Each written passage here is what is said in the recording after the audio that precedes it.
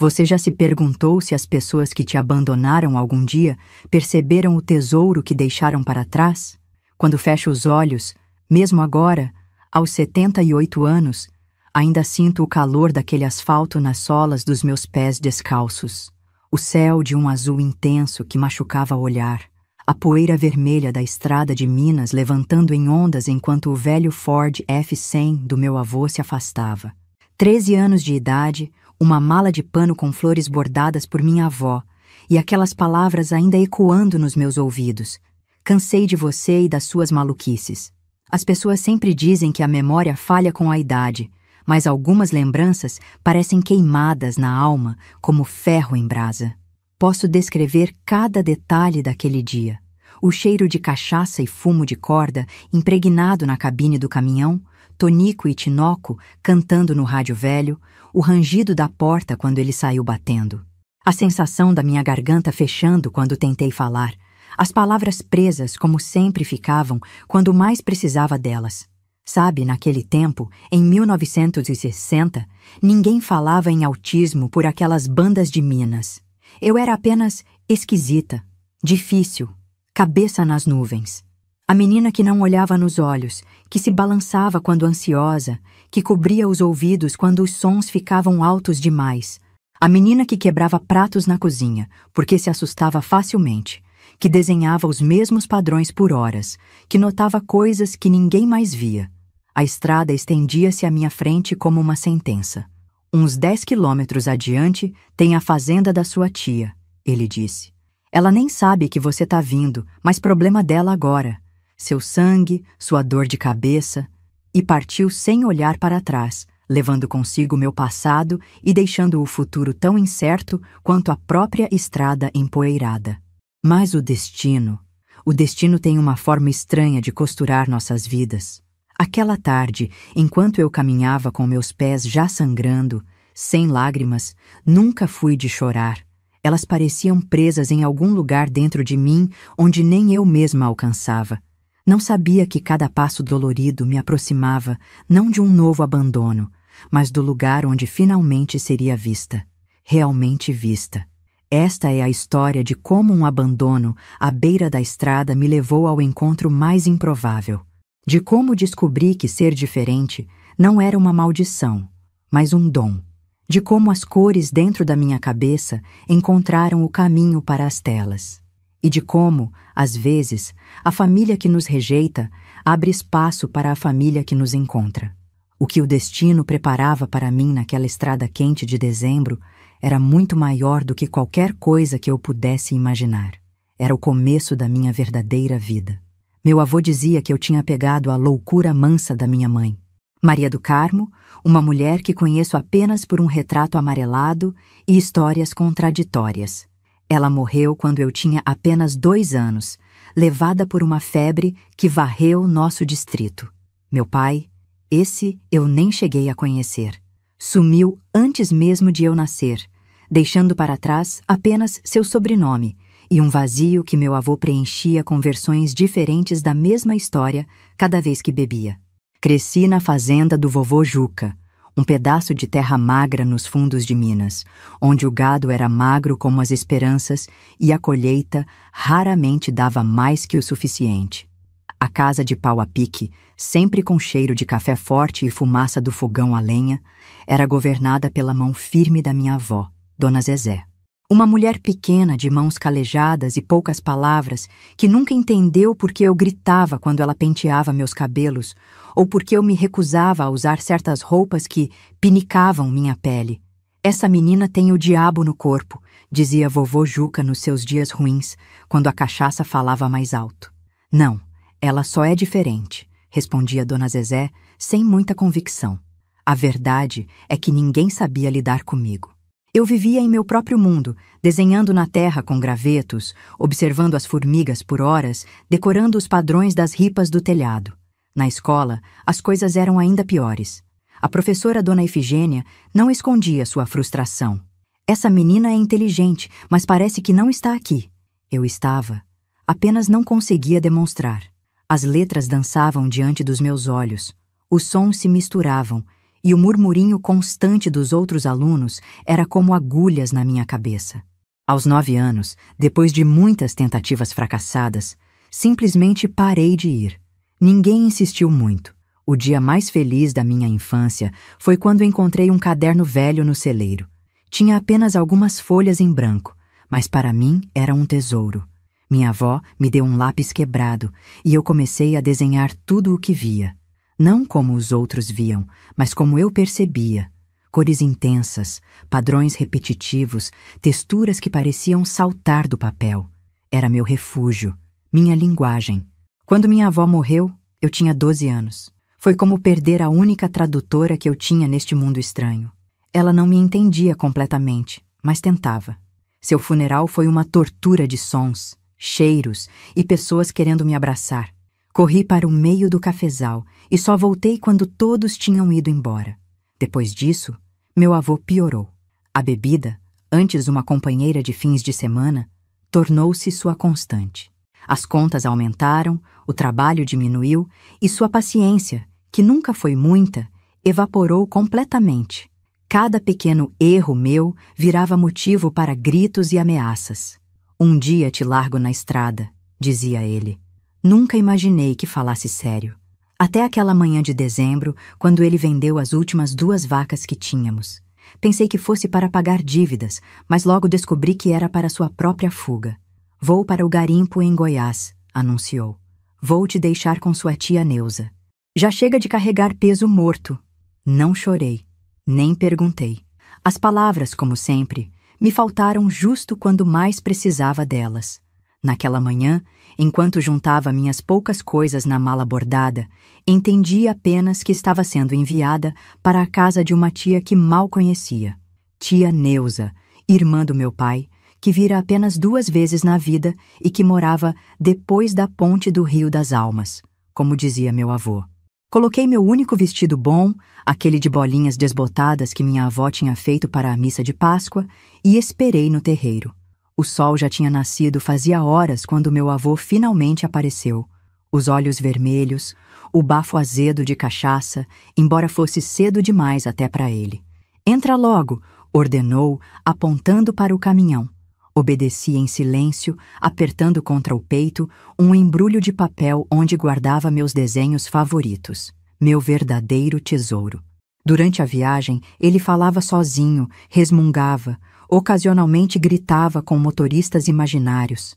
Eu olhava pela janela, contando os postes, observando como a paisagem mudava sutilmente, do verde cansado da nossa fazenda para o ocre das estradas cada vez mais desertas. "O problema de gente como você", disse ele de repente, quebrando o relativo silêncio, "é que ninguém sabe o que fazer com vocês. Sua mãe era assim, sabia? Vivia no mundo da lua, desenhando, escrevendo bobagens. O povo falava que era talento, mas não dá para comer talento, não é mesmo? Não dá para pagar conta com desenho de passarinho."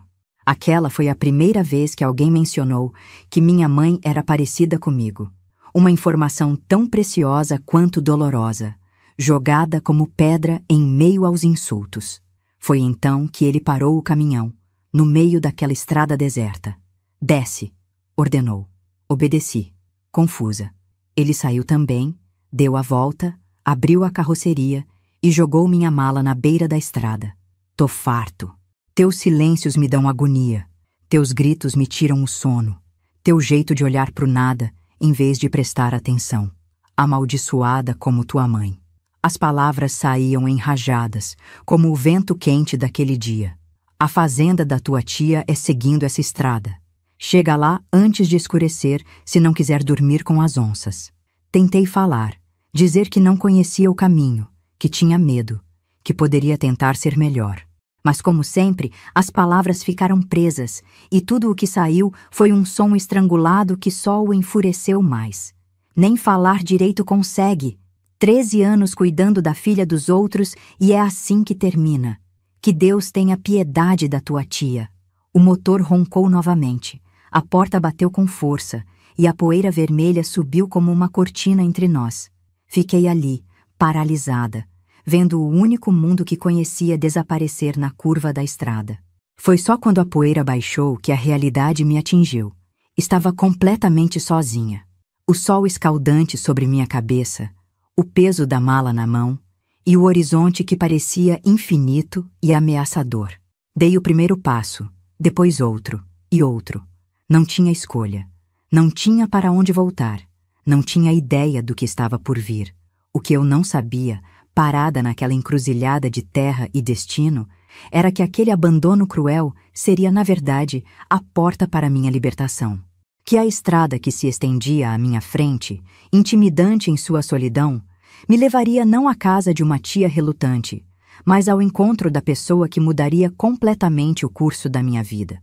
E tudo começaria com o ronronar distinto de um motor diferente, o brilho de um carro preto contra o pôr do sol, e uma pergunta feita com genuína preocupação. Menina, o que faz sozinha nessa estrada? Caminhei por horas que pareciam dias. Meus pés, habituados apenas ao terreiro da fazenda e às trilhas conhecidas do cafezal, começaram a sangrar. O calor era implacável e a sede apertava minha garganta como um punho invisível. Não havia casas à vista, nem bifurcações na estrada. Apenas aquela linha vermelha cortando o verdor das pastagens e o céu que começava a mudar de cor.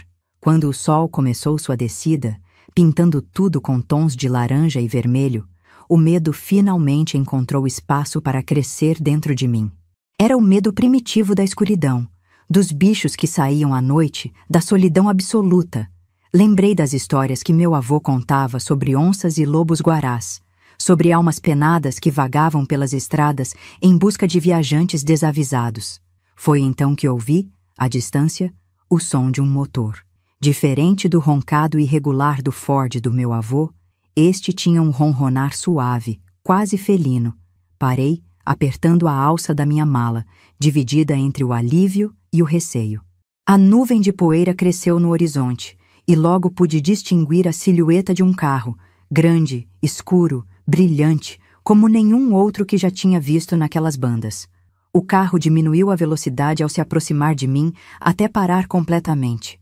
Era preto, polido, refletindo o sol poente como um espelho. A janela desceu com um zumbido suave e pude ver o motorista, um homem que devia ter a idade do meu avô, mas que parecia pertencer a outro mundo. Cabelos grisalhos nas têmporas, óculos de armação fina, roupa que parecia feita especialmente para ele. Menina, o que faz sozinha nessa estrada? A voz dele era grave, mas não áspera. Tinha uma qualidade que não reconheci imediatamente, mas que anos depois identifiquei como genuína preocupação. Tudo em mim queria responder, explicar, pedir ajuda. Mas, como sempre, as palavras se recusaram a sair. Apenas fiquei ali, olhando para meus pés empoeirados, apertando a mala contra o peito. Está machucada? Precisa de ajuda? O homem saiu do carro, fechando cuidadosamente a porta atrás de si. Aproximou-se lentamente, como quem se achega a um animal assustado. Meu nome é Augusto Mendonça. Tenho uma propriedade aqui perto, a Fazenda Horizontes. Posso levá-la até a cidade ou até onde estiver indo. Seus olhos eram de um castanho esverdeado que mudava conforme a luz, como as águas do Rio das Almas depois da chuva. Não havia neles a impaciência a que eu estava acostumada, nem a confusão que geralmente via quando as pessoas tentavam me entender. Havia apenas espera, sem pressa. Tia Neuza. Consegui finalmente sussurrar as duas palavras que havia ensaiado mentalmente durante toda a caminhada dolorosa. Neuza! Neuza Oliveira, da Fazenda dos Três Córregos. Assenti, embora não tivesse certeza. Nunca tinha ouvido o sobrenome da minha tia, nem o nome da sua propriedade. Augusto olhou para a estrada à nossa frente, depois para o céu que escurecia rapidamente. Está escurecendo, e a Fazenda dos Oliveira fica a mais de 1 hora daqui. Não é seguro continuar a pé. Ele hesitou, como se medisse suas próximas palavras. Tenho uma proposta. Venha comigo até minha fazenda. Pode descansar, comer algo, limpar esses machucados. Amanhã cedo a levo até a casa de sua tia. O que acha?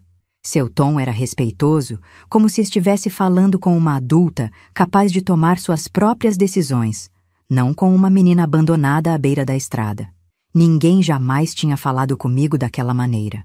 Algo naqueles olhos calmos, Na forma como ele mantinha uma distância respeitosa, na ausência completa de impaciência, tudo isso me fez confiar nele. Ou talvez fosse apenas o cansaço, a fome, a sede, o medo da noite que se aproximava. Qualquer que fosse o motivo, assenti novamente. Ótimo. Ele sorriu. Um sorriso contido, mas sincero. Venha, deixe-me ajudá-la. Quando entrei naquele Cadillac preto, um carro que só tinha visto em revistas antigas da casa do dentista na cidade, não imaginava que estava entrando em um novo capítulo da minha vida. O caminho que percorremos, entre colinas suaves e pastos dourados pelo pôr do sol, parecia me levar para cada vez mais longe do meu passado. Cada curva da estrada apagava um pouco da dor daquele dia, substituindo-a por uma curiosidade tímida sobre o que estaria por vir.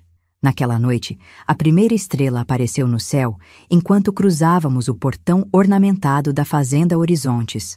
Era como entrar em outro mundo, um mundo que eu jamais sonhei que existisse, muito menos que pudesse fazer parte dele. A Fazenda Horizontes surgiu na escuridão crescente como uma visão de outro tempo. Um casarão colonial branco, imponente, com janelas altas que derramavam luz amarelada sobre um jardim cuidadosamente desenhado. Árvores centenárias, flores que nunca tinha visto antes e um caminho de pedras que conduzia à varanda ampla. Era tão diferente do mundo que eu conhecia que parecia irreal, como as ilustrações dos livros de histórias que a professora Dona Efigênia às vezes mostrava na escola. Quando o carro parou, senti uma onda de pânico. O desconhecido, que por um momento pareceu mágico, agora se mostrava assustador. Minhas mãos começaram a tremer e senti aquela sensação familiar de estar me afogando em sensações. O cheiro desconhecido do couro do carro, as luzes fortes, o som dos grilos e sapos que parecia amplificado dentro da minha cabeça. Chegamos, disse Augusto, sua voz calma cortando através da tempestade dos meus sentidos. Não se preocupe, Clarice preparará um quarto para você. Ela cuida da casa desde que eu era menino. Na varanda, uma mulher de meia idade nos esperava. Vestido simples, mas impecável, cabelos presos em um coque firme, expressão de surpresa mal disfarçada quando seus olhos pousaram em mim. Augusto, quem é essa menina? Sua voz tinha um sotaque diferente, mais arrastado, que anos depois descobri ser do interior de São Paulo. Encontrei-a na estrada, Clarice. Diz que procura uma tal de Neuza. Neuza Oliveira, da Fazenda dos Três Córregos? Augusto assentiu, e algo mudou no olhar de Clarice. Uma sombra de compreensão, talvez de preocupação. Aquela propriedade foi vendida há mais de um mês. A família se mudou para São Paulo, pelo que ouvi no armazém do seu Jânio. As palavras caíram sobre mim como água gelada. Não havia tia Neuza. Não havia Fazenda dos Três Córregos. Não havia lugar para onde ir. Meu avô sabia disso? Tinha me mandado para um destino que não existia? Ou ele próprio não sabia que minha suposta salvação tinha desaparecido? Minhas pernas fraquejaram, e devo ter cambaleado, porque senti a mão firme de Augusto em meu ombro, sustentando-me. Bem, então ficará aqui esta noite, decidiu ele, com uma firmeza tranquila. Amanhã descobriremos o que fazer. Fui conduzida por Clarice através de corredores largos, com piso de madeira que brilhava sob a luz dos abajures. Quadros enormes nas paredes mostravam pessoas de outras épocas, paisagens distantes, cenas que eu não compreendia. Tudo era tão grande, tão sólido, tão permanente, comparado à casa de pau a pique onde cresci. O quarto onde me instalaram parecia maior que toda a nossa sala.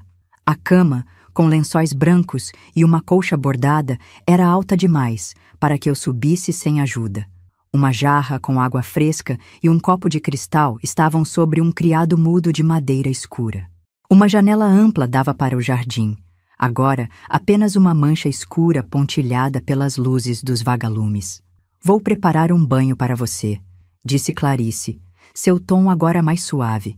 Depois, trago algo para comer. Deve estar faminta. Quando ela saiu, fiquei parada no meio do quarto, incapaz de me mover. Era como se meu corpo soubesse que não pertencia àquele lugar, que era um erro, uma intrusão, Olhei para minhas mãos sujas, para meu vestido empoeirado, para meus pés descalços e machucados. Como poderia tocar qualquer coisa ali sem contaminá-la com minha sujeira, minha estranheza? O banheiro anexo ao quarto era outro mundo. Azulejos brancos, uma banheira enorme, espelhos que refletiam uma versão de mim que eu mal reconhecia.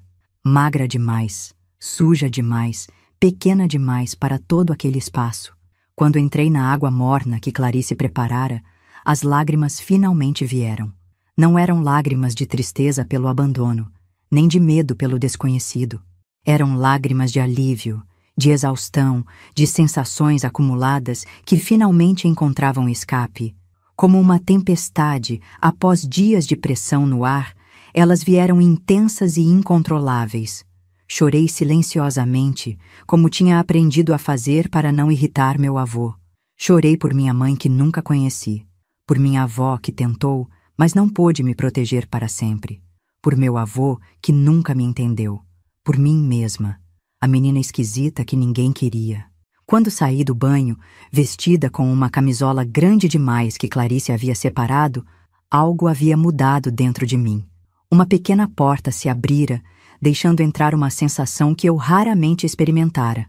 Esperança. Não sabia o que aconteceria amanhã ou depois, mas pela primeira vez na vida não sentia medo do futuro.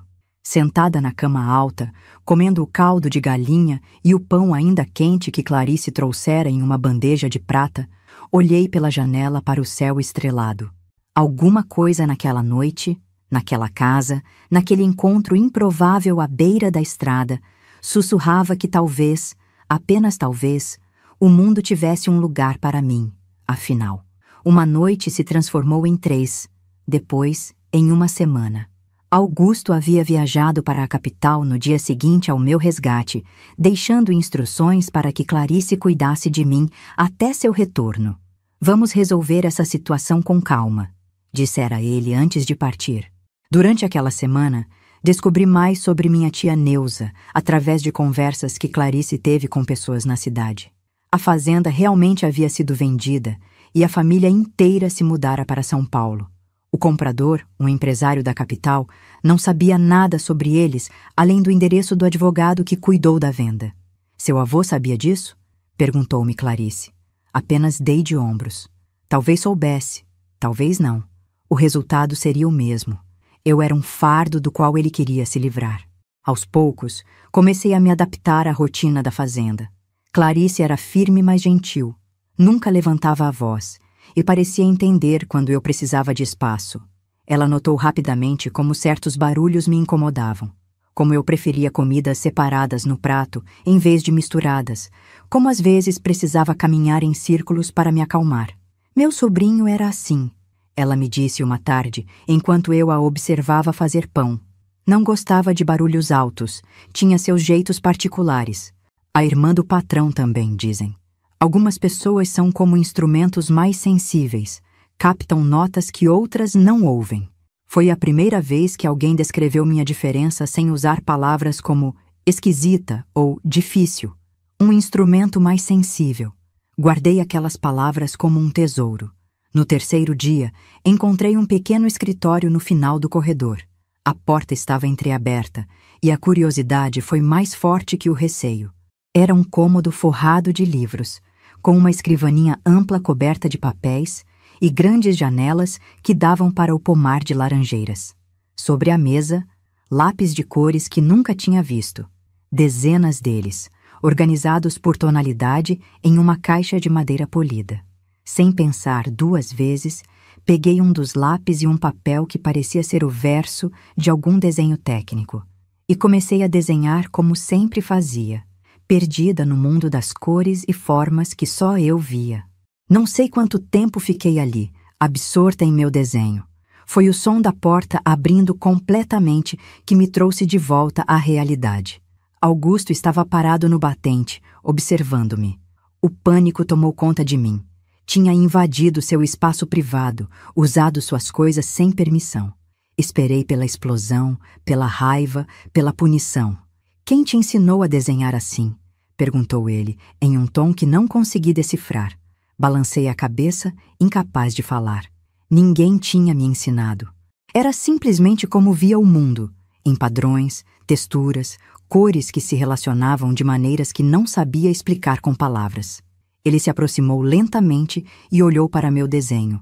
Um arranjo complexo de formas geométricas entrelaçadas, cada uma preenchida com padrões diferentes, cores vibrantes contrastando com áreas de branco puro. Incrível, murmurou ele, quase para si mesmo. Você tem um dom natural para composição e cor. Nunca vi nada assim. Suas palavras acenderam algo dentro de mim. Não era apenas tolerância ou gentileza, era reconhecimento. Ele via valor no que eu fazia, no modo como eu me expressava quando as palavras falhavam. Naquela noite, durante o jantar, Augusto anunciou: fiz algumas averiguações em São Paulo, consegui o contato de sua tia Neuza. Meu coração afundou. Então era isso. Ele tinha cumprido sua promessa de ajudar, e agora eu seria enviada para São Paulo, para outra família que não me queria. Conversamos longamente, continuou ele. Sua tia está em uma situação complicada. Um apartamento pequeno, 3 filhos, o marido recentemente desempregado. Fez uma pausa, tomando um gole de vinho. Ela ficou surpresa em saber de você. Aparentemente, seu avô nunca mencionou que planejava enviá-la para lá. Clarice fez um som de desaprovação, balançando a cabeça. Depois de explicar a situação, fiz uma proposta a ela. Augusto me olhou diretamente, seus olhos calmos encontrando os meus por um breve momento. Sugeri que você fique aqui, na Fazenda Horizontes, sob minha tutela, formalmente, legalmente. O ar pareceu sumir do ambiente. Clarice sorriu, como se já soubesse, como se aprovasse. Sua tia concordou, desde que seja oficializado. Amanhã, um advogado virá para formalizarmos os documentos de tutela. Ele fez uma pausa, seu olhar agora focado em algum ponto distante. Esta casa é grande demais para um homem só. E talvez você possa trazer de volta algo que falta aqui há muito tempo. Foi assim, em uma noite tranquila de janeiro de 1961, que minha vida mudou completamente. Não sabia ainda os motivos completos por trás daquela decisão surpreendente. Não entendia o que um homem como Augusto Mendonça vira em uma menina esquisita como eu. Mas pela primeira vez, senti que talvez, apenas talvez, eu não fosse um erro ou um fardo. Aquela noite, deitada na cama alta do quarto que agora seria realmente meu, permiti-me um pequeno sorriso. Lá fora, os vagalumes dançavam no jardim, como pequenas estrelas cadentes, cada uma carregando um desejo silencioso.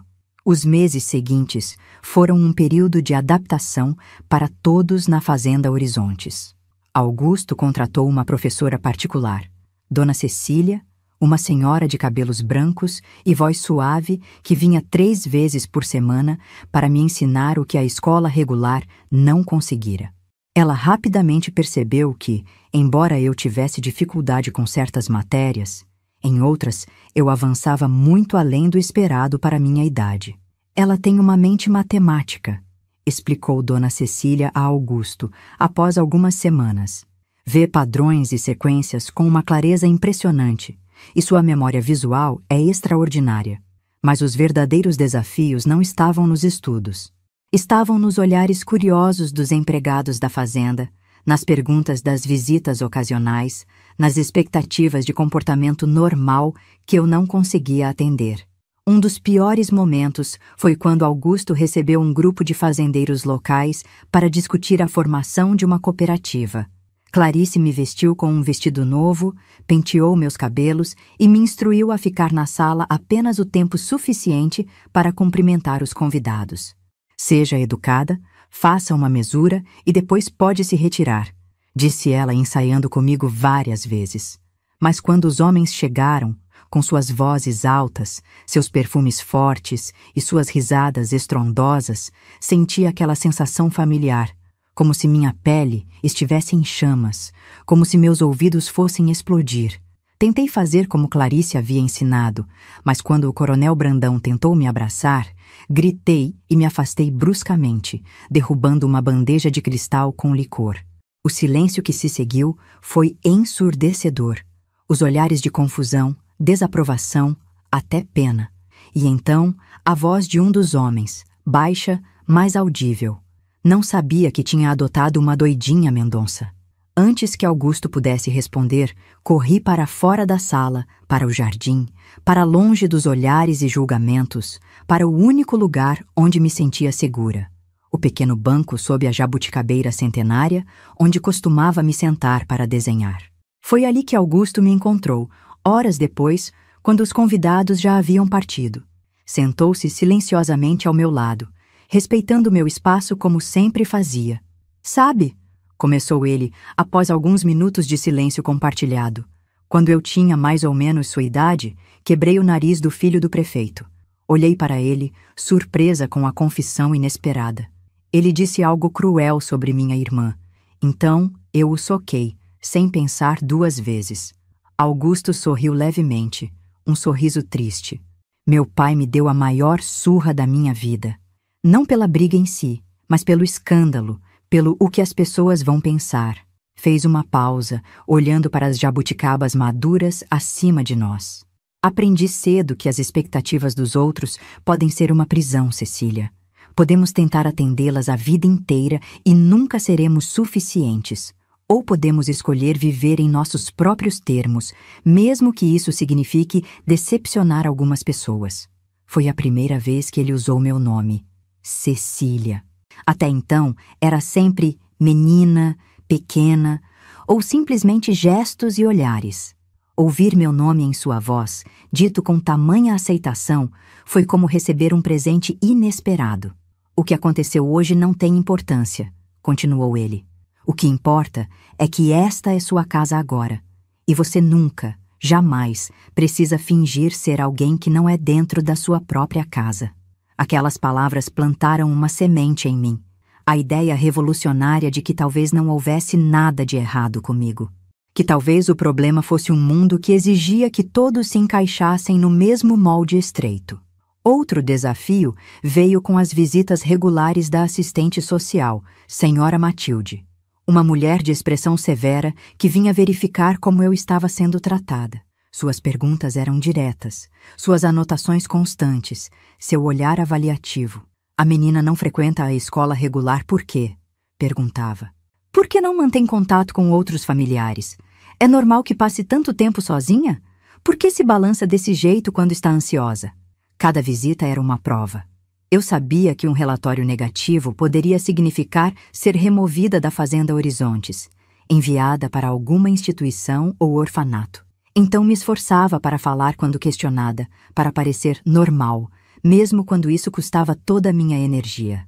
Foi após uma dessas visitas particularmente exaustivas que Augusto tomou uma decisão que mudaria tudo. Vamos a São Paulo na próxima semana, anunciou durante o jantar. Há uma médica lá, doutora Helena Ferraz, especialista em crianças diferentes. Uma amiga de longa data. Acho que está na hora de entendermos melhor o que se passa. A viagem a São Paulo foi minha primeira saída da região, o consultório da doutora. Helena era um lugar surpreendentemente acolhedor, sem as luzes fluorescentes que machucavam meus olhos, sem aquele cheiro forte de hospital que me dava náuseas. Ela não me tratou como uma criança, nem como uma curiosidade médica. Conversou comigo diretamente, observou como eu interagia com os objetos em sua sala, fez perguntas que ninguém jamais tinha feito. Depois de várias horas e muitos testes, ela convidou Augusto para uma conversa privada. Fiquei na sala de espera, desenhando padrões geométricos em um caderno que ela me dera, tentando não pensar no veredicto que estava sendo pronunciado sobre mim naquele momento. Quando voltaram, Augusto tinha uma expressão que não consegui ler, mas a doutora Helena sorria. Cecília, disse ela sentando-se ao meu lado, você já ouviu falar em autismo? Foi a primeira vez que ouvi aquela palavra. A palavra que explicaria tantas coisas, que me daria um mapa para navegar no mundo. A palavra que, nas mãos certas, não era uma sentença, mas uma chave. Autismo. Uma palavra com 5 sílabas que, de repente, dava nome a todas as minhas particularidades. Doutora Helena explicou a mim e a Augusto, com palavras simples mas precisas, o que significava ter um cérebro autista. Como eu processava informações de forma diferente, por que certos sons, cheiros e texturas me afetavam tanto, por que a comunicação social era tão desafiadora para mim. É como se a maioria das pessoas ouvisse uma orquestra tocando suavemente, enquanto você ouve cada instrumento individual, em alto volume, ao mesmo tempo, explicou ela. Não é uma doença para ser curada, é uma forma diferente de perceber e interagir com o mundo. No caminho de volta para a fazenda, Augusto estava silencioso, pensativo. Eu temia que, agora que minha condição tinha um nome, ele pudesse reconsiderar sua decisão de me acolher. Que talvez fosse complicado demais, trabalhoso demais. O que está pensando? Perguntei finalmente, reunindo coragem.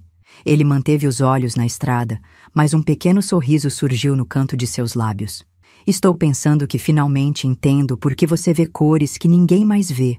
Por que seus desenhos são tão extraordinários. Estou pensando que o mundo precisa de pessoas que enxergam diferente. De volta à Fazenda Horizontes, uma nova fase começou.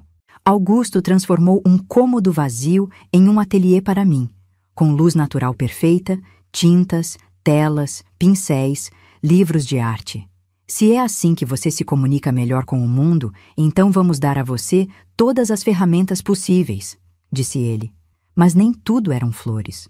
O conhecimento sobre o autismo nos anos 60 era limitado, e mesmo com as orientações da doutora Helena, havia muitas tentativas e erros. Uma das maiores dificuldades era minha relação com os funcionários da fazenda e com as pessoas da cidade vizinha. Clarice, sempre pragmática, instituiu um sistema de cartões coloridos que eu podia usar quando as palavras falhavam. Vermelho quando precisava de espaço, amarelo quando estava ansiosa, mas conseguia lidar, verde quando estava confortável. A maioria dos empregados se adaptou, mas alguns nunca entenderam realmente. É mimo demais. Ouvi seu Juvenal, o capataz, dizer a outro funcionário quando pensava que eu não estava escutando. No meu tempo, criança esquisita levava uns tapas e aprendia a se comportar. Essas atitudes machucavam, mas Augusto sempre intervinha com firmeza. Na minha propriedade, respeitamos as diferenças. Quem não conseguir entender isso, pode procurar emprego em outro lugar. Outro desafio veio quando Augusto tentou me inserir na comunidade local. Incentivou-me a participar da feira anual da cidade, expondo alguns dos meus desenhos.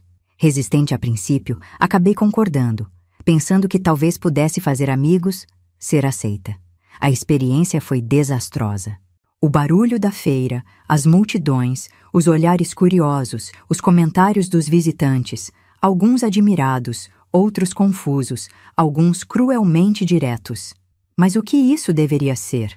Desenho estranho para uma menina estranha. O Mendonça adotou uma retardada, você sabia? Antes que a feira terminasse, tive uma crise de sobrecarga sensorial tão intensa que Augusto precisou me carregar para fora, enquanto eu cobria os ouvidos e gritava, incapaz de processar tudo o que acontecia ao meu redor. No carro, voltando para a fazenda, chorei de frustração. Por que não consigo ser como todo mundo? Por que é tão difícil? Augusto, com sua paciência característica, esperou que eu me acalmasse. Cecília, você não foi feita para ser como todo mundo. E isso não é uma falha, é um propósito. Outra falha dolorosa veio quando tentei, aos 15 anos, frequentar aulas de pintura na casa de Dona Matilde, viúva de um pintor famoso da região que oferecia lições para jovens talentos. Nas primeiras aulas, fiquei fascinada com as técnicas que ela ensinava, com a história da arte que ela conhecia tão bem. Mas logo ficou claro que sua metodologia, rígida, tradicional, focada em reproduzir exatamente o que ela demonstrava, entrava em conflito com minha forma de criar. Não, não, não, dizia ela frequentemente, apontando para minhas telas. Você não está observando corretamente. A luz não se comporta assim. As cores não se misturam dessa maneira.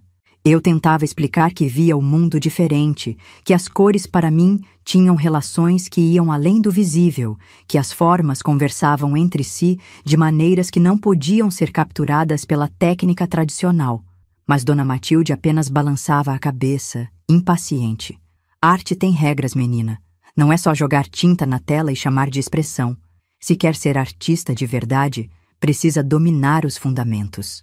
Após 3 meses frustrantes, abandonei as aulas. Voltei para meu ateliê na fazenda, onde podia criar sem julgamentos, onde as cores obedeciam apenas às minhas regras internas. Ela não está errada, sabe? Disse Augusto quando expliquei por que havia desistido. A técnica é importante, mas é apenas uma ferramenta, não um fim em si mesmo. Van Gogh quebrou todas as regras da sua época e hoje é considerado um gênio.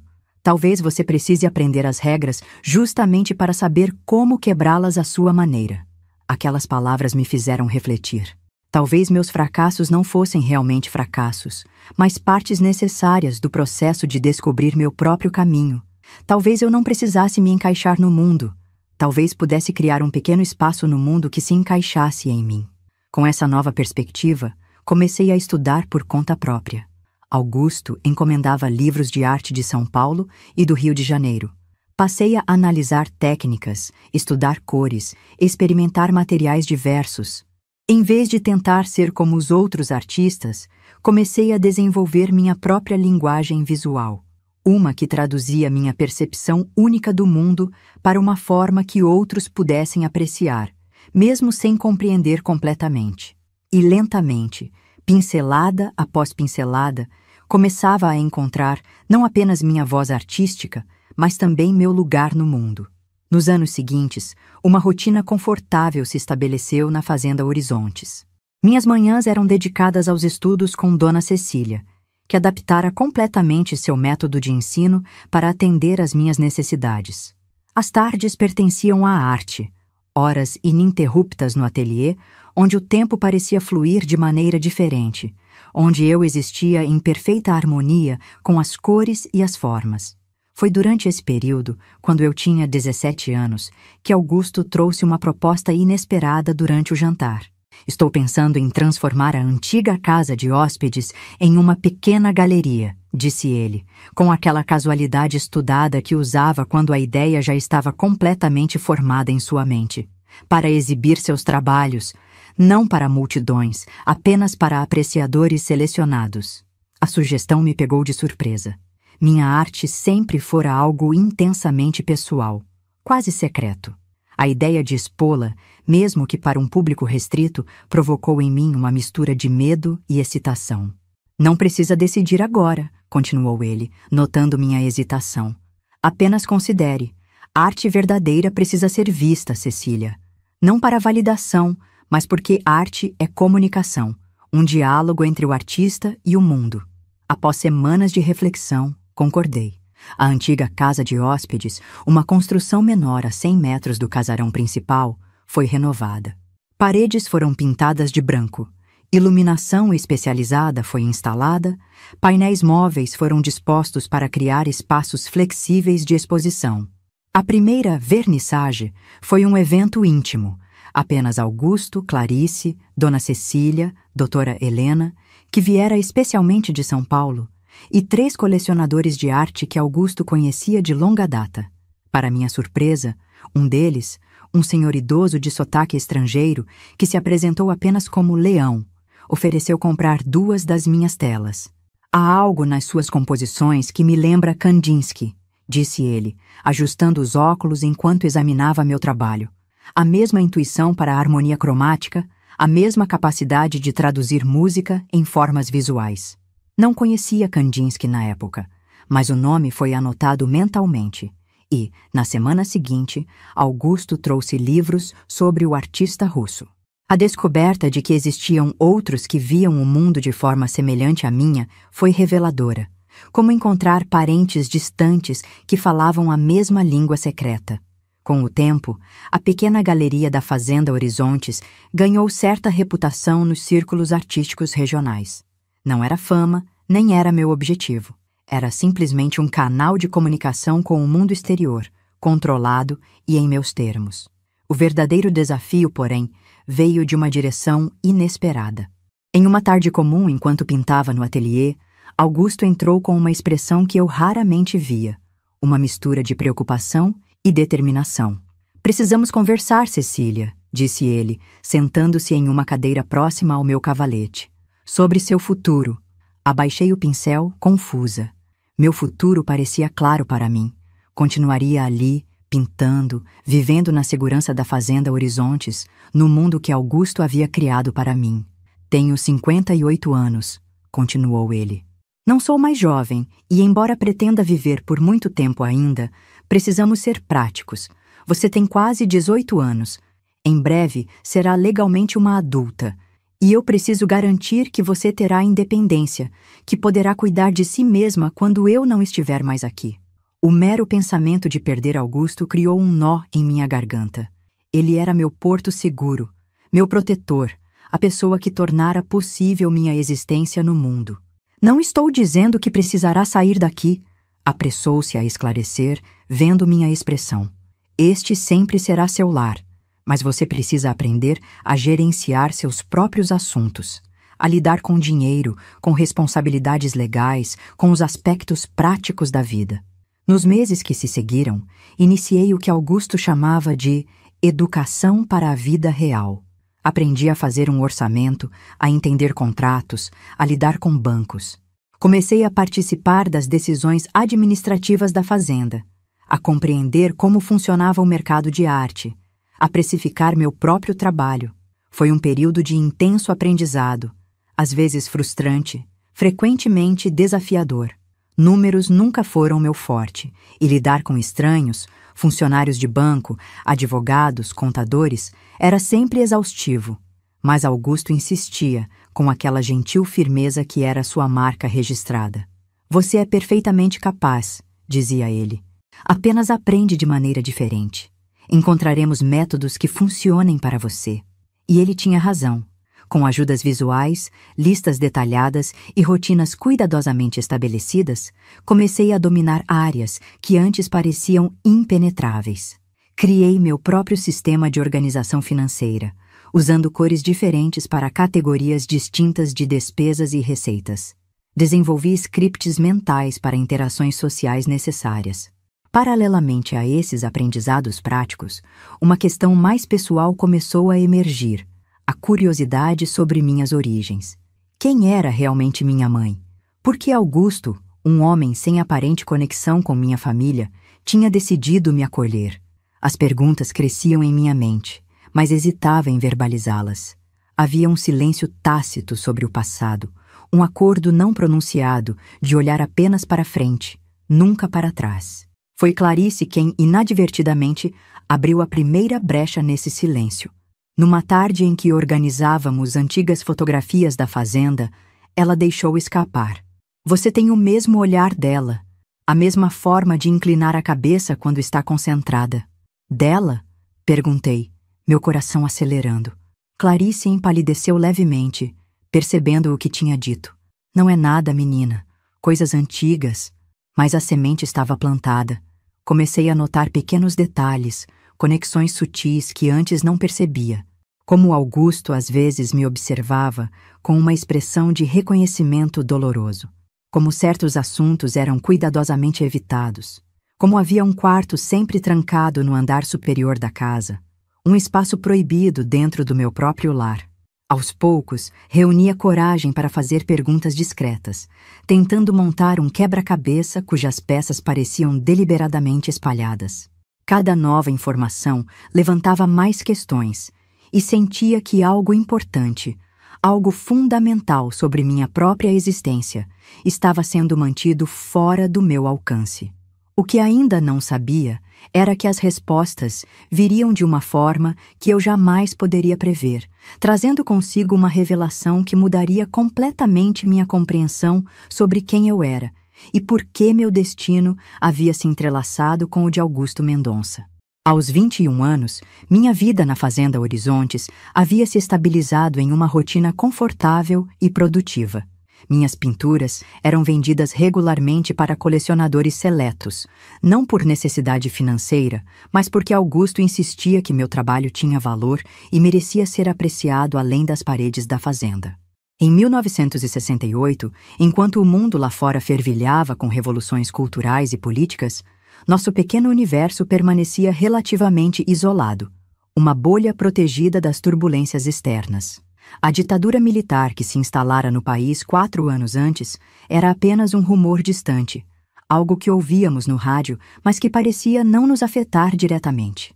Foi nesse ano que a saúde de Augusto começou a mostrar os primeiros sinais de fragilidade.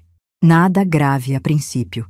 Uma tosse persistente, cansaço mais frequente, pequenos esquecimentos que ele disfarçava com seu charme habitual. Mas Clarice e eu notávamos, trocávamos olhares preocupados quando ele adormecia na poltrona da biblioteca, ou quando precisava parar para recuperar o fôlego após uma curta caminhada pelo jardim. É apenas a idade, ele insistia quando expressávamos preocupação. Estou beirando os 65, não posso esperar ter o vigor de um rapaz. Mais tarde, descobriríamos que ele já sabia da gravidade de sua condição, mas escolhera nos poupar da preocupação pelo maior tempo possível.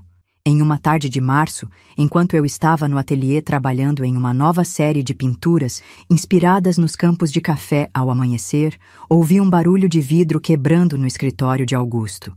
Corri para lá e o encontrei apoiado na mesa, pálido, respirando com dificuldade, cacos de um copo d'água espalhados pelo chão. Não é nada, tentou me tranquilizar. Apenas um momento de tontura. Mas era algo. O médico da cidade, Dr. Arthur, veio à fazenda naquela mesma noite e, após examiná-lo, recomendou uma consulta urgente com especialistas em São Paulo. Sua expressão grave dizia tudo o que suas palavras tentavam suavizar. 3 dias depois, estávamos no Hospital das Clínicas. O diagnóstico foi devastador. Câncer no pulmão, já em estágio avançado. 6 meses a 1 ano, disse o oncologista, com a frieza clínica dos que lidam diariamente com a mortalidade. Podemos tentar tratamentos paliativos para melhorar a qualidade de vida, mas preciso ser honesto sobre as perspectivas. Durante a viagem de volta à fazenda, um silêncio pesado preenchia o carro. Eu não sabia o que dizer, como oferecer conforto ao homem que havia sido meu porto seguro por tantos anos. Foi Augusto quem finalmente quebrou o silêncio. Preciso colocar meus assuntos em ordem, disse ele, com uma calma que parecia surreal diante das circunstâncias. Há coisas que você precisa saber, Cecília. Coisas que adiei por tempo demais. Nos dias seguintes, Augusto iniciou o que chamava de organização final. Reuniões com advogados, revisão de testamentos, instruções detalhadas sobre a administração da fazenda. Eu participava dessas reuniões em um estado de negação, como se tudo aquilo fosse apenas um exercício teórico, não uma preparação concreta para sua ausência. Uma dessas reuniões, no entanto, foi diferente. Augusto pediu que eu o encontrasse na biblioteca após o jantar, sozinha. Quando entrei, ele estava sentado em sua poltrona favorita, um álbum de fotografias antigo aberto em seu colo, um copo de conhaque na mesinha lateral. Feche a porta, por favor, pediu, com uma formalidade incomum entre nós. Sentei-me na poltrona oposta, meu coração acelerado com uma apreensão que não conseguia explicar. Há algo que deveria ter lhe contado há muito tempo, começou ele, sua voz mais frágil do que eu jamais ouvira. Sobre sua mãe, sobre minha relação com ela, sobre as verdadeiras razões pelas quais você está aqui. Ele fechou o álbum de fotografias e o colocou sobre a mesa entre nós. Maria do Carmo não era apenas alguém que conheci por acaso, continuou. Ela era minha irmã. A declaração pairou no ar como algo físico, quase palpável. Minha irmã. 2 palavras que reorganizavam completamente meu entendimento do passado, presente e futuro. Meia-irmã, para ser preciso, acrescentou ele, olhando para algum ponto além de mim. Filha do mesmo pai, mas de outra mulher. Um segredo que meu pai manteve por décadas. Descobri a existência dela apenas após a morte dos meus pais, através de documentos antigos e confissões de pessoas que conheciam a verdade. Minha cabeça girava com essa revelação. Augusto era meu tio. Eu tinha um parentesco sanguíneo com o homem que me acolhera, que transformara minha vida. Quando finalmente a encontrei, ela já estava casada, com seu pai. Ele tomou um gole de conhaque, como se precisasse de força para continuar. Um homem complicado, violento quando bebia, o que era frequente. E Maria, ela tinha dificuldades semelhantes às suas. Via o mundo de forma diferente. Era sensível demais para seu próprio bem. As peças começavam a se encaixar. A loucura mansa que meu avô mencionava. As histórias contraditórias sobre minha mãe. A facilidade com que Augusto havia me compreendido desde o primeiro dia. Tentei ajudá-la a sair daquela situação, mas ela se recusava a deixar seu marido. Teimosa como... bem, como você às vezes. Um breve sorriso triste cruzou seu rosto. Então ela engravidou, de você, e isso mudou tudo para ela. Começou a fazer planos para fugir, para recomeçar em outro lugar. Chegou a me procurar, pedindo ajuda. Augusto abriu o álbum novamente, virando algumas páginas até encontrar o que procurava. Entregou-me uma fotografia desbotada. Uma mulher jovem, com longos cabelos escuros e olhos que pareciam familiares demais. Meus olhos. Estava sentada sob uma árvore, desenhando em um caderno, alheia à câmera. Sua mãe, uma semana antes de você nascer, explicou. A última vez que a vi com vida. Meus dedos tremiam enquanto tocava a imagem. Ali estava a conexão que sempre busquei, a origem dos meus traços, do meu talento, da minha diferença. O que aconteceu? Perguntei, minha voz quase um sussurro. Seu pai descobriu os planos dela. Houve uma briga terrível. Ele partiu no dia seguinte, abandonando Maria grávida e doente. Sua avó a acolheu, contra a vontade de seu avô. Você nasceu algumas semanas depois. Augusto fez uma pausa, como se reunisse forças. Eu só soube do nascimento meses depois. Quando finalmente consegui localizá-las, Maria já estava doente. Tuberculose, complicada pela depressão pós-parto e pelas condições precárias em que vivia. Cheguei tarde demais para salvá-la. As lágrimas que raramente conseguia derramar agora fluíam livremente pelo meu rosto. Não apenas pela mãe que nunca conheci, mas por todas as verdades mantidas em segredo, por todo o sofrimento que precedera a minha existência. Por que não me contou antes? Perguntei sem acusação, apenas uma necessidade desesperada de entender. Medo, talvez, admitiu ele. Medo de que a verdade pudesse machucá-la mais do que o silêncio. Medo de que você me visse de forma diferente, que se sentisse usada de alguma maneira. Ele se inclinou para a frente, seus olhos agora fixos nos meus. Passei anos procurando por você. Acompanhei de longe, através de conhecidos, informantes. Soube que sua avó havia morrido, que você estava apenas com seu avô, que a situação era difícil. Estava planejando uma forma de intervir quando me encontrou na estrada. Completei, uma peça final do quebra-cabeça se encaixando. Não foi coincidência, Cecília. Eu sabia que seu avô planejava se desfazer de você. Tinha informantes na cidade, pessoas que me avisaram. Estava a caminho da fazenda dele naquele dia, determinado a confrontá-lo, a assumir sua guarda legalmente. E então, lá estava você, sozinha, abandonada, exatamente como sua mãe havia estado anos antes. O silêncio que se seguiu foi preenchido apenas pelo tic-tac do relógio de parede e pelo crepitar suave da lareira. A história completa agora estava diante de mim. O círculo que começara com o abandono de minha mãe e que, de alguma forma, se fechara quando Augusto me encontrara naquela estrada poeirenta. Há mais uma coisa que você deve saber, disse Augusto, abrindo uma gaveta lateral da mesa e retirando um envelope amarelado. Algo que guardei por todos estes anos, esperando o momento certo. Entregou-me o envelope com mãos levemente trêmulas. Dentro, havia um teste de DNA datado de 1961, realizado em um laboratório em São Paulo. Queria ter certeza absoluta do nosso parentesco, explicou. Não por dúvida, mas porque precisava saber com certeza que você era realmente filha de Maria, que era minha sobrinha de sangue, que tinha o direito legal e moral de estar sob minha proteção. O documento confirmava o que Augusto acabara de revelar. Éramos, sem dúvida, parentes próximos. Eu era filha de sua meia-irmã. Seu sangue corria em minhas veias. Por que agora? Perguntei, ainda processando tudo o que havia descoberto. Porque não tenho mais o luxo do tempo, respondeu ele, com uma franqueza dolorosa. Porque você merece conhecer sua verdadeira história antes que eu leve partes dela comigo. E porque preciso que entenda que esta fazenda, Tudo o que construí sempre foi destinado a você.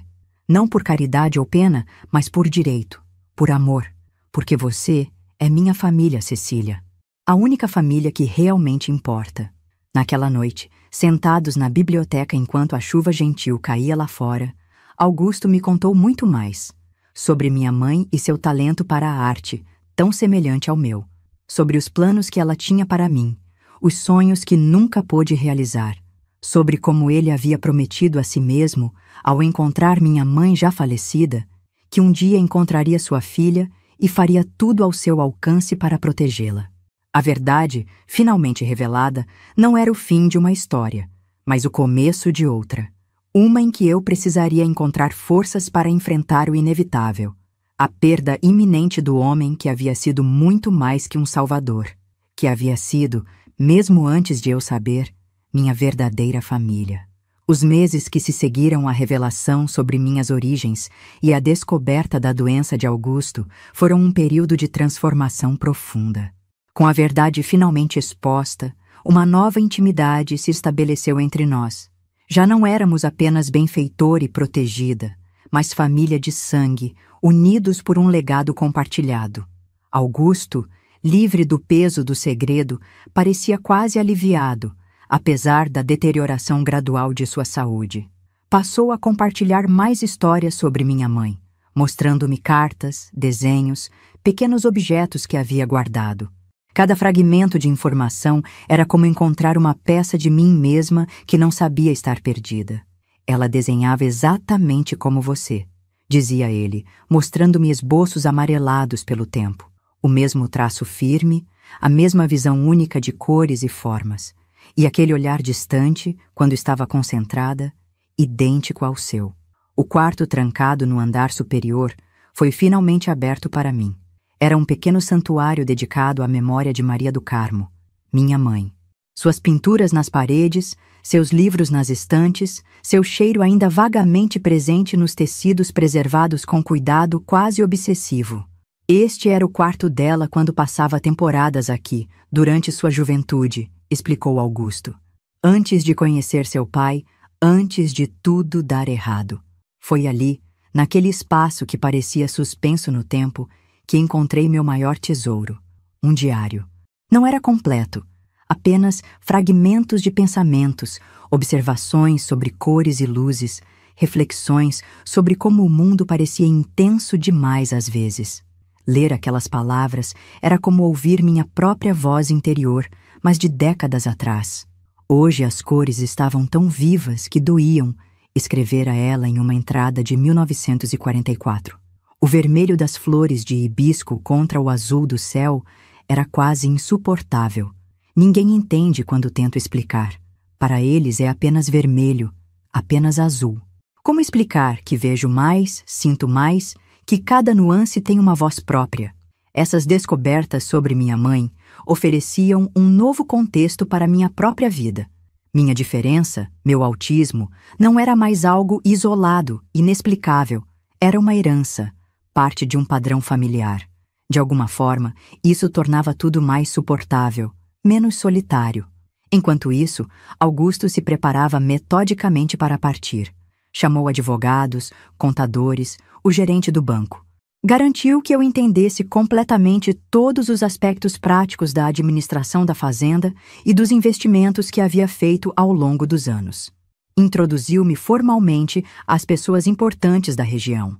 Fazendeiros influentes, políticos locais, comerciantes.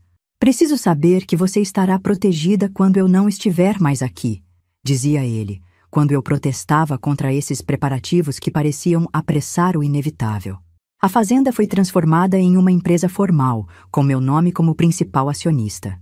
Contratos foram revisados, testamentos atualizados, procurações estabelecidas.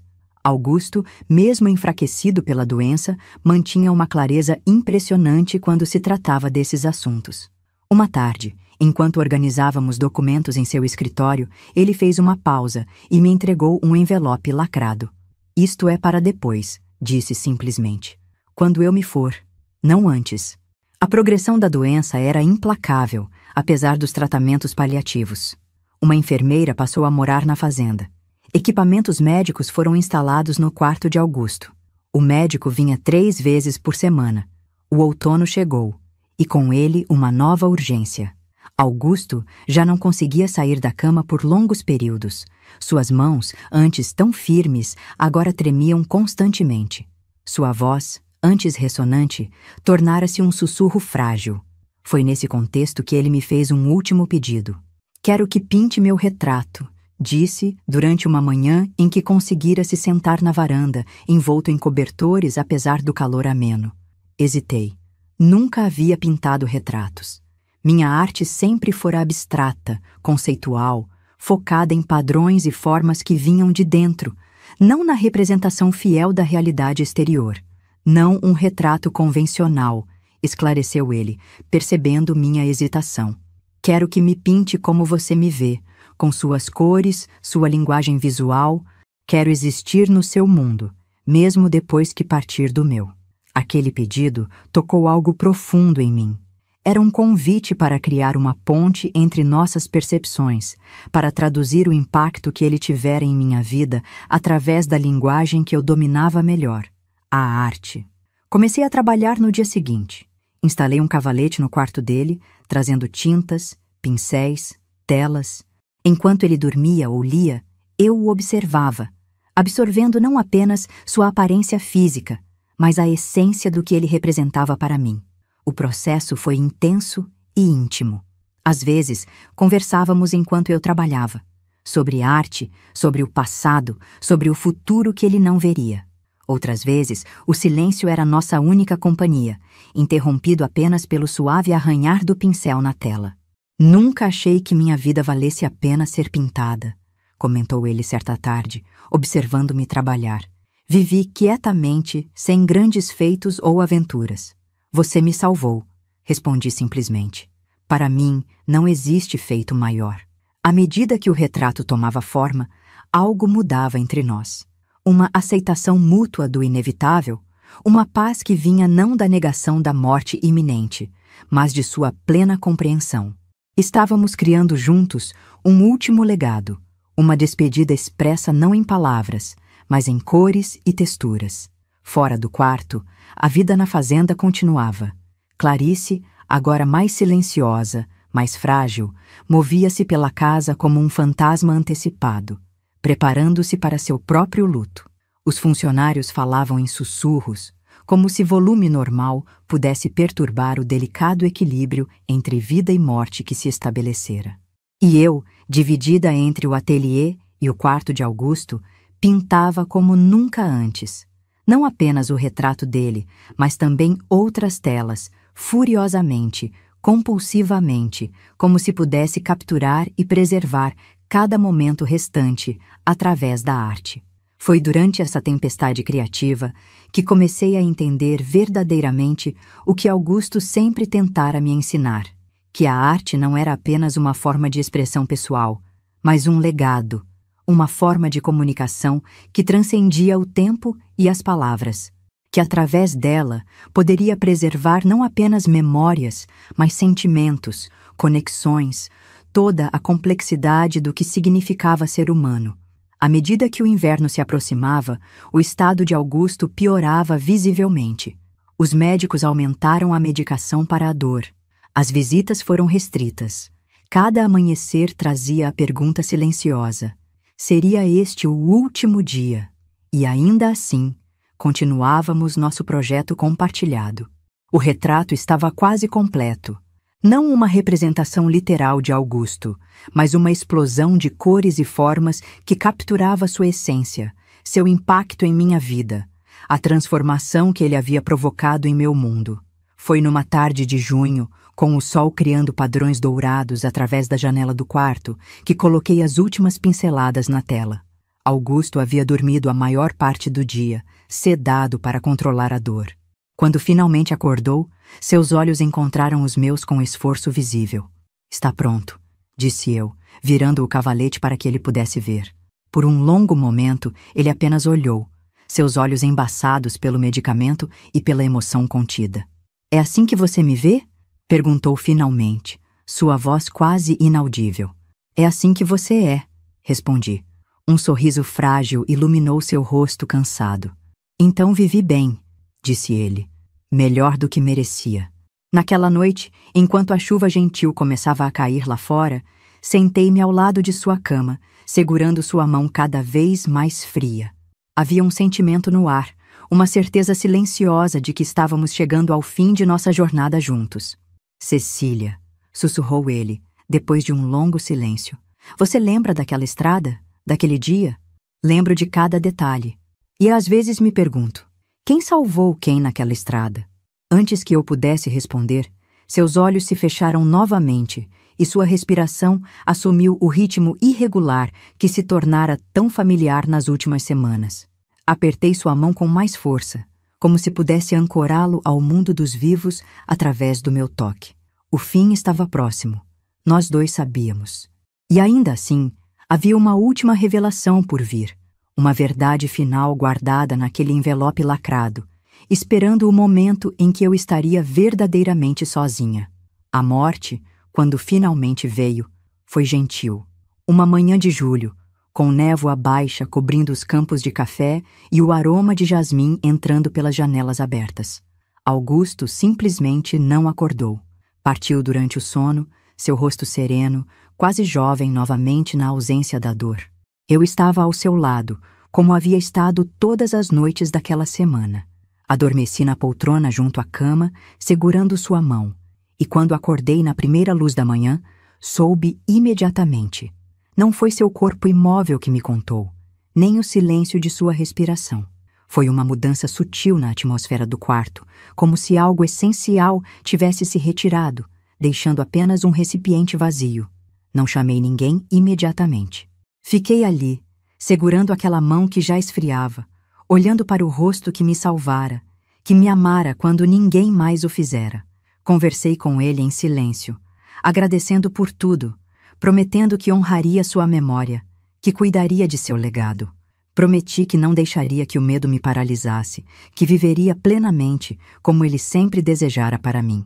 Só então toquei o sino ao lado da cama, chamando Clarice, que já esperava o chamado. Ela entrou silenciosamente, olhou para Augusto, depois para mim. Não foram necessárias palavras. Ela fez o sinal da cruz, beijou a testa dele e começou os preparativos que já haviam sido cuidadosamente planejados. O enterro foi simples, digno, como ele teria desejado. Não na cidade, com sua igreja pomposa e seu cemitério lotado, mas na própria fazenda, em um pequeno mausoléu familiar que já abrigava seus pais. Vieram apenas as pessoas que realmente importavam, funcionários antigos da fazenda, alguns amigos próximos, figuras respeitáveis da região. Nenhum espetáculo, nenhuma dramatização, apenas uma despedida sincera. Foi somente após tudo acabar, quando a propriedade voltou ao silêncio inquietante que segue grandes mudanças, que me lembrei do envelope. Aquele que Augusto me entregara, com a instrução de abrir apenas após sua partida. Esperei até o anoitecer. Entrei no escritório dele, agora meu escritório, e sentei-me na cadeira de couro que parecia absurdamente grande demais para mim. O envelope estava na gaveta superior, onde eu o havia guardado. Simples, branco, com meu nome escrito naquela caligrafia precisa e elegante, que era tão característica de Augusto. Minhas mãos tremiam ao abri-lo. Dentro, encontrei 2 documentos e uma carta manuscrita. O primeiro documento era uma certidão de nascimento, a minha, mas havia algo diferente. No campo reservado ao nome do pai, que sempre estivera vazio quando me mostraram outros documentos, havia um nome claramente inscrito, Augusto Mendonça. Meu coração acelerou. Olhei para o segundo documento, o resultado de outro teste de DNA, mais recente que o primeiro, realizado apenas 3 meses antes em um laboratório renomado de São Paulo. A carta explicava tudo. Minha querida Cecília, se está lendo isto, significa que parti deste mundo, deixando-a com uma última verdade que não tive coragem de revelar em vida. A verdade completa sobre sua origem. Maria do Carmo era realmente minha meia-irmã. Isso nunca foi mentira. Mas omiti um detalhe crucial de nossa história compartilhada. Antes de seu casamento, Maria e eu vivemos um breve e intenso relacionamento. Quando descobrimos nosso parentesco, já era tarde demais. Estávamos profundamente apaixonados. Afastamo-nos, devastados pela revelação. Ela, buscando esquecer, casou-se precipitadamente com um homem que conhecera há pouco tempo. Eu mergulhei no trabalho, na solidão da fazenda. Meses depois, quando soube que ela estava grávida, presumi, como todos, que o filho era de seu marido. Foi apenas anos mais tarde, quando você já estava sob meus cuidados, que comecei a notar semelhanças inquietantes, não apenas com Maria, mas comigo mesmo. Seus gestos, a forma de franzir a testa quando concentrada, certos traços que não poderiam vir de outra fonte. O primeiro teste de DNA que realizei confirmou apenas nosso parentesco próximo, compatível com a relação tio-sobrinha. Mas as dúvidas persistiram, aumentando à medida que você crescia. Finalmente, meses atrás, quando já sabia da gravidade da minha doença, realizei um teste mais completo. A confirmação veio como um choque, mesmo após anos de suspeitas. Você não é minha sobrinha, Cecília. Você é minha filha. Maria nunca me contou. Talvez para me proteger do escândalo, talvez por vergonha de nosso parentesco, talvez por acreditar que seria melhor assim. Levou esse segredo para o túmulo, como eu quase fiz. Não revelei esta verdade em vida porque temia que ela pudesse abalar a relação que construímos, que pudesse fazer você questionar tudo o que vivemos juntos. Temia também que a sociedade, com seus julgamentos implacáveis, tornasse sua vida impossível se soubesse que era fruto de um relacionamento entre irmãos, mesmo que não soubéssemos desse parentesco quando nos amamos. Agora que parti, esta verdade pertence apenas a você. Faça com ela o que julgar melhor. Guarde-a como um segredo particular, se preferir, ou busque sua própria reconciliação com ela. Quero que saiba apenas isto. Nunca, em momento algum, me arrependi de tê-la encontrado naquela estrada. Mesmo antes de saber que era meu sangue direto, você já era a maior bênção da minha vida. Você me deu propósito, alegria, uma razão para existir além da mera sobrevivência. Seja quem você escolher ser, Cecília. Viva sem medo. Pinte seus mundos extraordinários. E saiba que, onde quer que eu esteja, estou observando com amor e orgulho infinitos. Eternamente seu, Augusto, seu pai. Li a carta 3 vezes, incapaz de processar completamente seu conteúdo. As lágrimas, que sempre vieram com dificuldade para mim, agora fluíam livremente, manchando o papel. Augusto não era meu tio, era meu pai. Toda minha vida havia sido construída sobre uma verdade parcial, um segredo dentro de outro segredo. Mas estranhamente, em vez de raiva ou confusão, o que senti foi um profundo alívio, como se uma peça final de um quebra-cabeça complexo finalmente encontrasse seu lugar, completando uma imagem que sempre esteve parcialmente obscurecida. De repente, tantas coisas faziam sentido. O cuidado quase obsessivo de Augusto comigo, sua determinação em me proteger a todo custo, a maneira como seus olhos às vezes se enchiam de lágrimas quando me observava pintar. Não era apenas o amor de um tio por uma sobrinha desamparada ou a promessa feita a uma irmã falecida. Era o amor de um pai por sua filha. Saí do escritório com os documentos e a carta e caminhei pelo jardim até o pequeno mausoléu onde Augusto agora repousava. A noite estava clara, estrelada, com uma lua quase cheia iluminando o caminho de pedras. Sentei-me nos degraus de mármore e olhei para o céu, para aquela vastidão pontilhada de luz. Você poderia ter me contado, disse em voz alta, não com acusação, mas com a simplicidade de quem finalmente compreende. Eu teria entendido. O vento suave nas folhas das árvores pareceu responder, um sussurro gentil que poderia facilmente ser interpretado como: eu sei. Agora você sabe também. Naquela noite, sentada nos degraus do mausoléu sob o céu estrelado de Minas Gerais, com a verdade completa finalmente revelada, senti uma transformação profunda dentro de mim. Não era mais apenas a menina abandonada na estrada, salva por um estranho bondoso. Era a filha de Augusto Mendonça e Maria do Carmo, herdeira não apenas de uma fazenda e de uma fortuna, mas de uma história complexa de amor, sacrifício e redenção. Aos 23 anos, órfã pela segunda vez, mas infinitamente mais completa que antes, prometi a mim mesma que viveria à altura desse legado, não escondida do mundo, como havia feito até então, mas enfrentando-o em meus próprios termos, com a coragem que Augusto, meu pai, sempre acreditou que eu possuía. Os dias que se seguiram à revelação foram de profunda introspecção. Passei horas no ateliê, pintando compulsivamente, processando através da arte o turbilhão de emoções que me atravessava. Criei uma série de telas que mais tarde chamaria de revelações, abstrações intensas em tons de azul índigo e dourado, cores que para mim sempre representaram verdade e transformação. Não compartilhei com ninguém o conteúdo da carta, nem mesmo com Clarice, que me observava com olhos preocupados, respeitando meu silêncio enquanto tentava oferecer conforto silencioso à sua maneira prática. O luto tem seu próprio tempo, dizia ela, colocando bandejas de comida que eu mal tocava. Não se pode apressá-lo. Mas não era apenas luto o que eu sentia. Era um redescobrir-me completo, um reexaminar cada memória, cada interação com Augusto sob a nova luz da paternidade. Às vezes em que ele me observava com aquela expressão impossível de decifrar. Não era apenas afeto ou preocupação. Era o olhar de um pai que não podia reivindicar abertamente sua filha. Uma semana após o funeral, Dr. Meirelles, o advogado de Augusto, veio à fazenda para a leitura formal do testamento.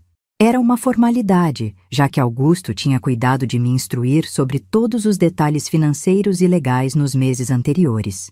A Fazenda Horizontes e todos os demais bens do Sr. Mendonça passam integralmente para a Srta. Cecília Oliveira, sua tutelada legal e única herdeira. Leu o advogado para a pequena audiência composta apenas por mim, Clarice e o administrador da fazenda. Não mencionei a verdade recém-descoberta. Augusto tinha suas razões para manter nosso verdadeiro parentesco em segredo e respeitaria sua escolha, pelo menos por enquanto. O mais difícil foi enfrentar o mundo exterior após a morte de Augusto. Durante anos, ele tinha sido meu escudo, meu intermediário com uma sociedade que eu achava confusa e frequentemente hostil. Agora, precisava aprender a navegar sozinha. A primeira visita à cidade depois do funeral foi um teste de coragem.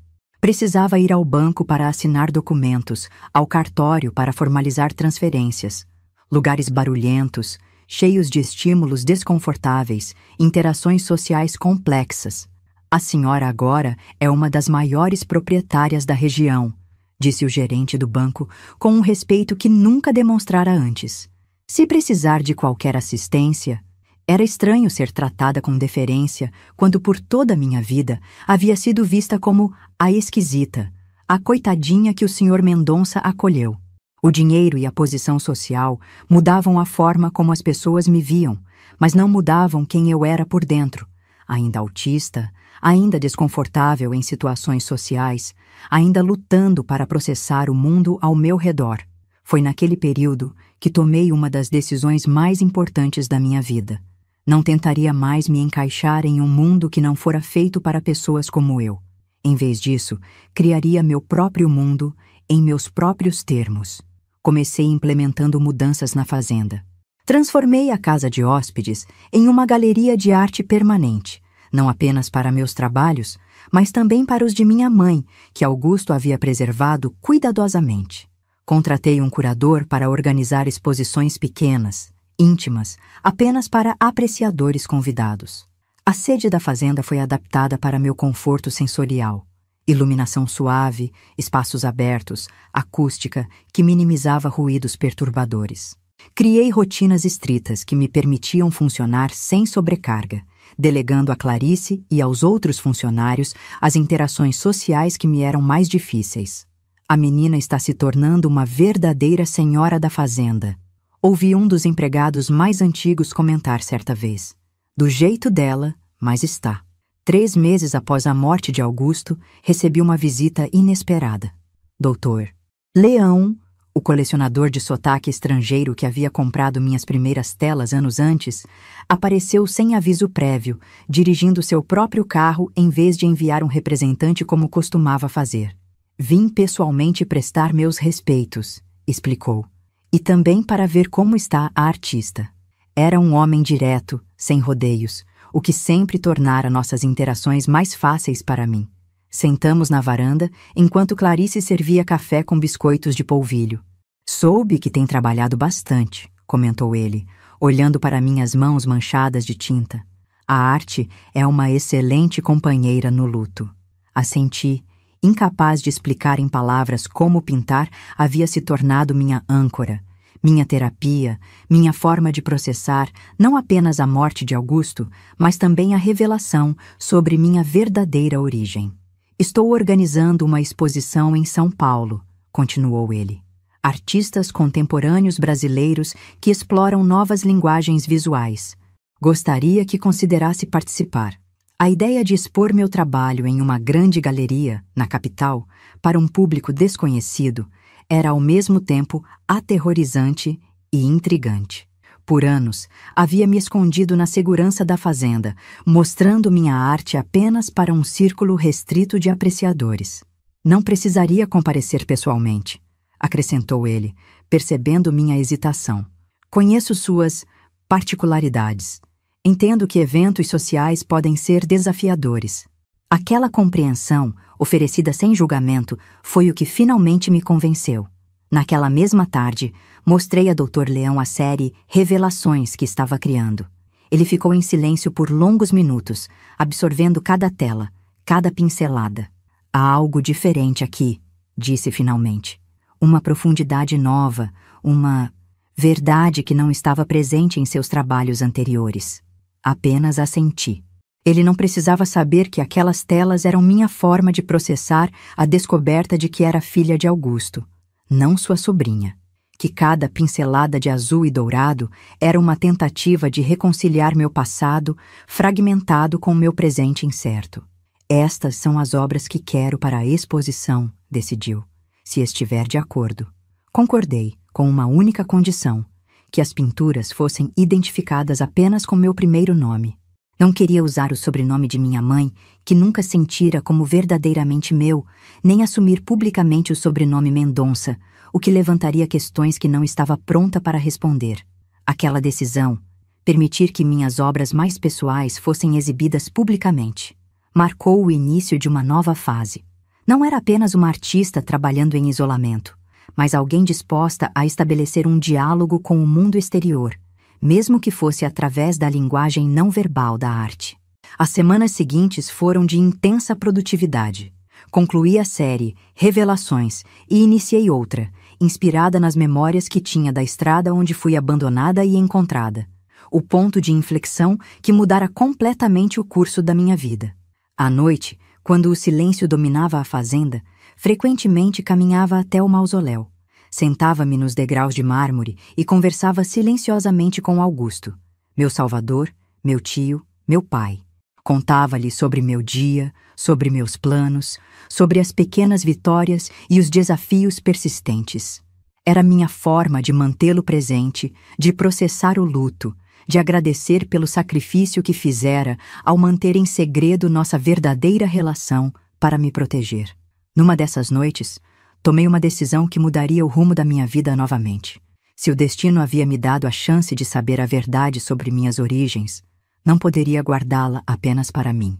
De alguma forma, precisava honrar essa verdade, transformá-la em algo significativo não apenas para mim, mas para outras pessoas que, como eu, viviam à margem do chamado normal. Não sabia ainda como faria isso, mas sentia que havia um propósito maior emergindo das cinzas da perda. Algo que uniria minha arte, minha diferença, minha história única. Algo que Augusto teria aprovado, que teria feito seus olhos brilharem com aquele orgulho quieto que sempre demonstrava quando eu superava minhas próprias limitações. Vou encontrar um modo, prometi ao vento noturno, às estrelas distantes, ao espírito de Augusto que sentia presente naquele jardim. Vou transformar nossa história em algo maior que nós dois. E foi assim, sob o céu estrelado de Minas Gerais, que comecei a planejar o próximo capítulo da minha vida.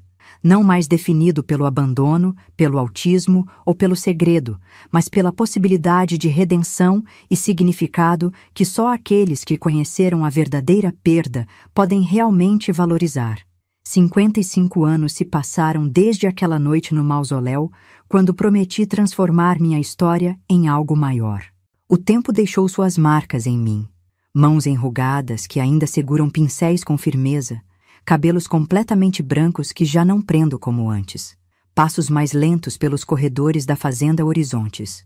Mas algumas coisas permanecem imutáveis, como minha forma de perceber o mundo, intensa, detalhada, às vezes esmagadora, sempre única. O autismo não desapareceu com a idade. Adaptei-me melhor, aprendi estratégias, criei um ambiente que respeita minhas necessidades sensoriais. Mas ainda sou fundamentalmente a mesma pessoa, aquela que vê padrões onde outros enxergam caos, que percebe detalhes que passam despercebidos pela maioria, que precisa de previsibilidade e rotina para funcionar bem. Clarice partiu há 20 anos, dormindo tranquilamente após décadas de serviço leal. Sua sobrinha, Juliana, assumiu seu lugar como governanta, mantendo as tradições da casa com o mesmo cuidado meticuloso. A maior parte dos funcionários antigos também se foi, substituídos por seus filhos e netos. Para muitos deles, sou quase uma figura mítica. Dona Cecília, a artista reclusa, a senhora da fazenda Horizontes, que raramente sai de seus domínios, mas cujos quadros são conhecidos em galerias pelo país. Poucos sabem minha história completa. A verdade sobre minha relação com Augusto permaneceu um segredo guardado por décadas, conhecido apenas por mim e pelo advogado que atualizou meus documentos pessoais anos depois, quando finalmente decidi assumir legalmente o sobrenome Mendonça, sem explicações públicas. A exposição em São Paulo, que inicialmente tanto me assustara, foi apenas o começo de uma carreira artística discreta, mas consistente.